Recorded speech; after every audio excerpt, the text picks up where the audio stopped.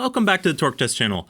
We're just over a year removed from the first time we did a major air stubby impact multi head-to-head. So today we're doing a 2022 roundup of some of the top contenders since we last visited the category. And it's going to be the first time I'm showing you some of what I've been plugging away at working in product development, as one of the impacts tested today is something I worked on to make a bit more spicy. So while the dyno itself and our boy test are hard to persuade with bias, feel free to disregard my own here, as there's surely no foolproof way to remove it, so I'm not about to pretend that there is.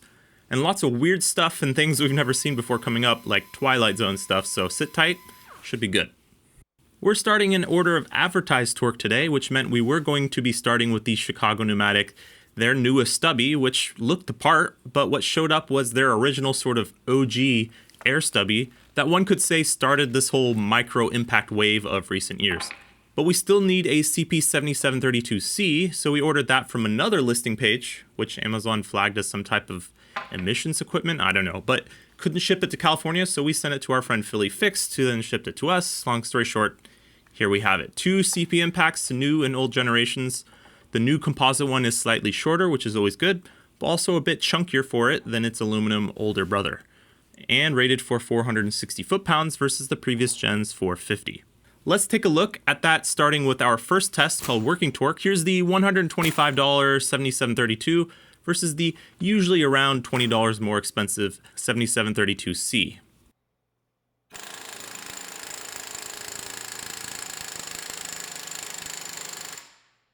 $220 over $186. $186 is not really far up there in this category. Sort of strange to be seeing that from the new C model, though this is just forward torque so far. Our next highest rated impact is the Ingersoll Rand, and no, this is not their 35 max, which we've tested before and was, well, quite disappointing really. This is their 36 Q max, Q meaning quiet, which for IR usually means a power downgrade. But this 36 model is a much later introduction and a power upgrade according to Ingersoll Rand, from 450 up to 470 now, and 640 foot-pounds of nut busting. Some lofty goals from the model, you'll have to admit. This impact, which is the only impact today made in China, all others being in Taiwan, otherwise looks fairly unchanged. Still just 0.1 inches longer, not that you'd notice that, and sporting these push-button forward reverse switches and dial, which are easy to love. The last model we ran made 163 in this test. Let's see how this does versus the other CP models.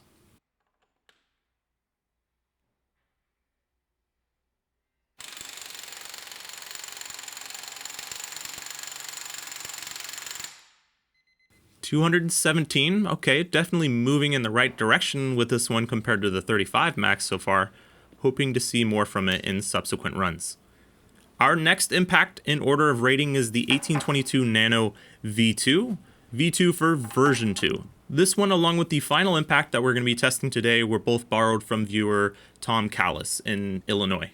And this is an example of a model I had a hand in developing, tasked with upping the ugga-duggas from the original 450 foot-pounds and keeping it in the same 3.85 inches in length. Maybe shouldn't give away the farm about everything that was done, but if you've seen our street legal NASCAR Thundergun episode, did a lot of that to this. Upgraded to a 7-vane motor, massaged some of the exhaust passageways, and this one gets a higher performance muffler. You get the idea. Tried a few other power adder ideas as well, but those didn't last the 5,000 back-to-back use cycles required for this. All this means that with their Skidmore-Wilhelm process of rating these guns, it's now up to 500, up from 450 foot-pounds. We borrowed this from a viewer who offered it to us instead of taking one from Astro stock that I suppose could have been hopped up, just to sort of lend it some more legitimacy, I guess. At least as much as it can be. No compensation here tied to sales figures or showing of this tool right now, but obviously no way to remove my bias from this. Feel free to disregard this tool if that makes sense to you. But if you're curious, here's the new 1822 V2 model versus the others. The original model made 208 in this test.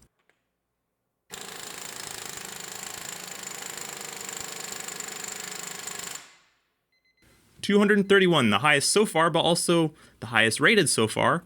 More to come. Next one up is from Flexzilla. This is their AT1475FZ.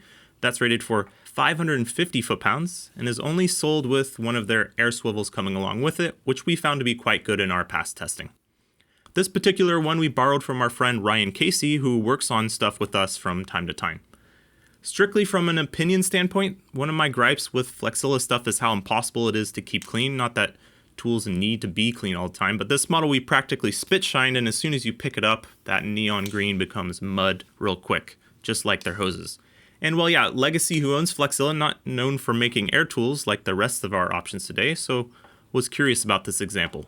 We found its forward reverse switch to take a crazy amount of force to toggle on this one. It's 4.4 inches in length, like most of the models today. Let's see how it does.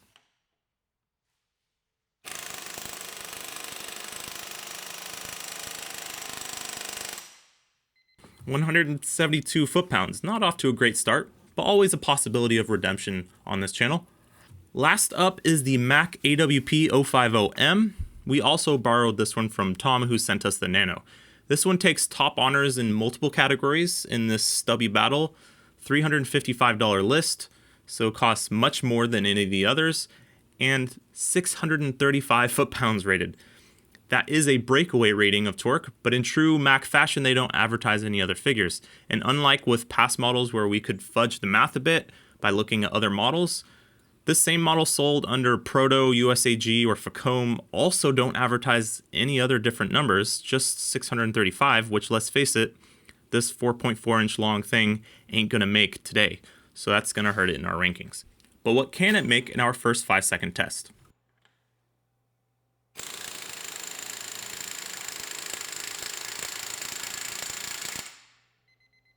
$263. High cost, high rated, but also high power so far. Definitely the tool from the bunch for driving something like a wheel bearing press in a pinch if needed.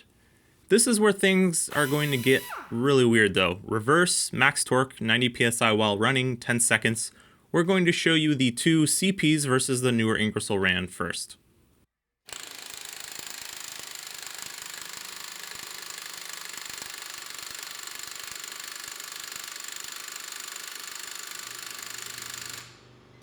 So 332 from the older CP, then 288 and 284 from the IR and the composite CP. First thing you might have noticed is we ran this IR in the low power setting, at least it appears that way. Well, here's it in its high power setting.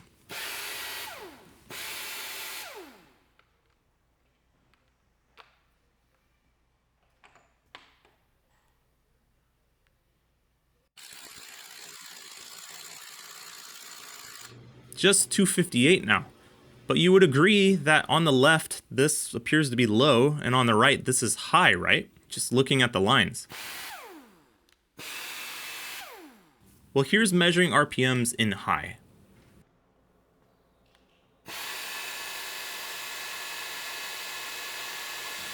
$7,350 RPM or so, and now measuring in low.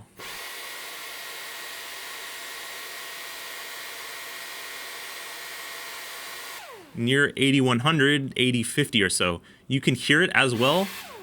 So low is high, but this effect is opposite in forward mode. In forward mode, high is high. You can hear that too. Did they expect the customer to be able to figure this out? Because it's not in the manual. Super weird and unintuitive. But it doesn't stop there. Check out the newer CP, which is made by a different outfit in a different country. First of all, super high RPM, 10,150. Now here's high.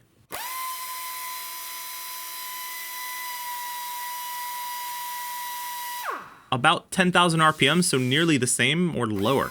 Same sort of deal as the IR, but closer to each other. Now check out the CP composite after we ran it a few times.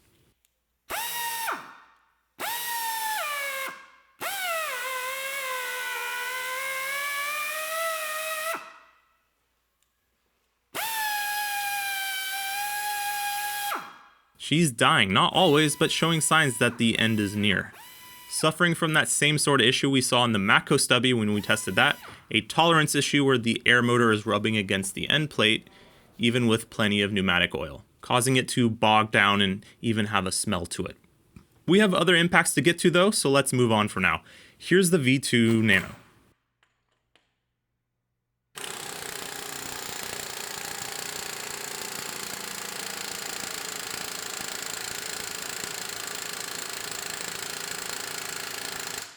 362, a bit of a standout in this group, but also just 8 foot-pounds above the last Nano version. More developments to unfold ahead. We're going to jump right into the Mac taking on the Flexzilla as well now, just to move things along.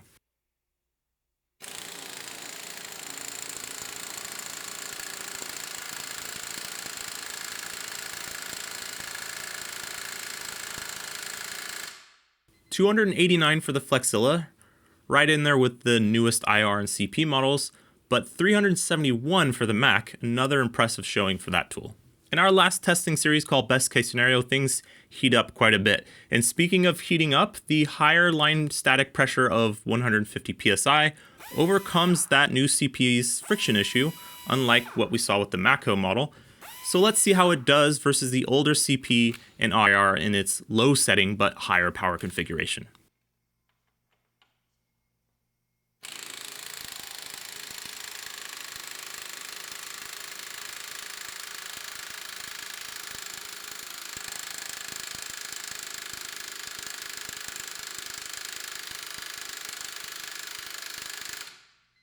$392 from the composite CP model.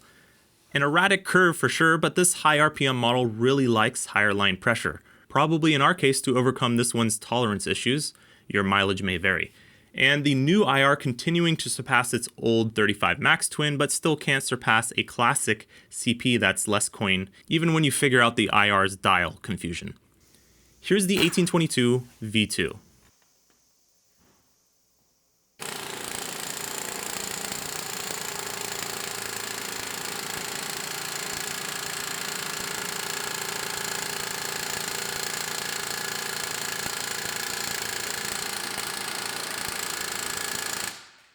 .415, you can sort of hear it in the gun as well.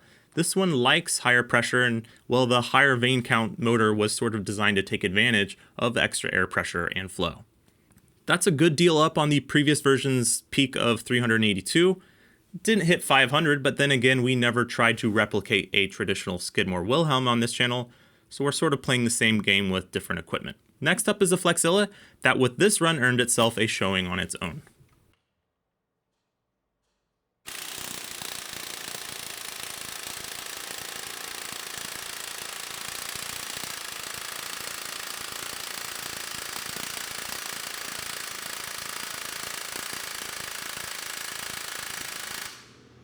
$396, very good. This one's sort of like a snap-on gun in that it only wakes up with higher line pressure and is super reverse biased.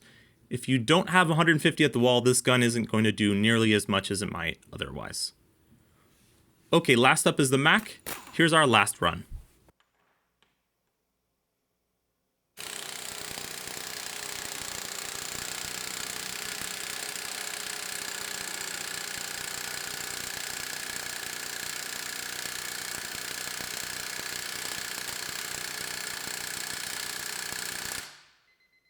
$398, still quite up there. This Mac comes out the gate harder than any of the impacts from today, but also isn't able to translate that into higher numbers than the rest of our models on longer runs, like it was able to do with lower torque level tests.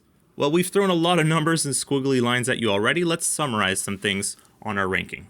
With plenty of data to display, these are getting separated from the pack from now down here. In order of advertised torque, the CP Classic earns 22, 33, and 36 from its runs, followed by 19, 28, and 39 from its lighter younger brother, then 22, 29, 34, 23, 26, 42, 17, 29, 40, and 26, 38, and 40 here. Foot-pounds per inch is sort of the whole purpose of these tools, you could say.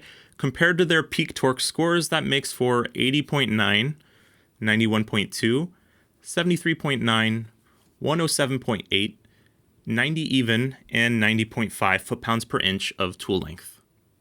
This is where things get a bit wonky, a huge spread of advertised torque despite seeing only about 340 to 415 on the day.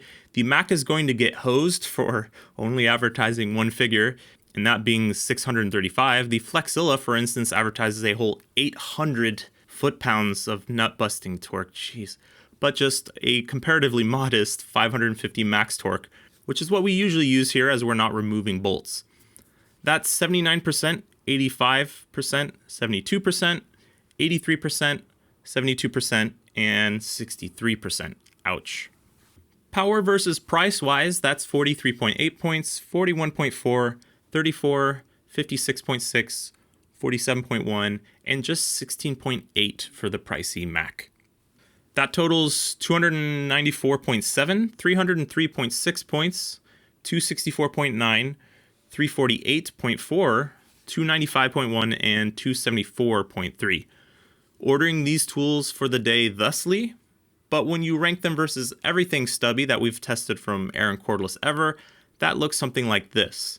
The Nano staying in its top spot for now from long ago, but with a few extra points now. If you only have enough air pressure to keep 90 psi in the gun while running, you might make a little bit more forward torque with this gun, around the same in reverse, but with higher pressures, a noticeable bump. The Flexzilla is sort of like a snap-on in that you better have higher pressure to see its power. The new composite CP gets high points over here because of its BCS run, but the one we bought might be headed to an early grave and has that backwards forward reverse setting with no real difference between the two. The old CP is actually a standout for me, totally still holding its own here, especially when you see them for a low price sometimes. When you do snag one up, that's a good gun. The IR, oh man, I was expecting redemption with that previous 35 max model they had, and this one did make more power than that, but barely, and if you didn't watch this video, how would you know about those power settings? Going to let down quite a few people when they don't figure that out. The Mac got hosed in the points, but let's instead for a second look at just power alone. That's it. Only power ranked as foot-pounds per second across the run averaged. And here the Mac tops things out from today, only surpassed by a Macco Stubby from everything we've ever tested. And when you consider Stubbies we didn't need to open up and fix some things, the Mac gets overall top honors. And that AirCat 1056 still topping things in the non-tool truck pricing side of things, despite the Nano today having a little bit higher peak numbers than that past testing, which matches in our experience as well. A AirCat 1056 is a powerhouse for what it is, though I don't think they're $105 anymore. Then we got Flexzilla down here, the CP that's got Smoker's Lung, and the CP Classic with IR further down there. We certainly got more than we bargained for today. I can speak from experience, pulling off a good Stubby air impact is not easy. Saw lots of hiccups and oddities today to support that.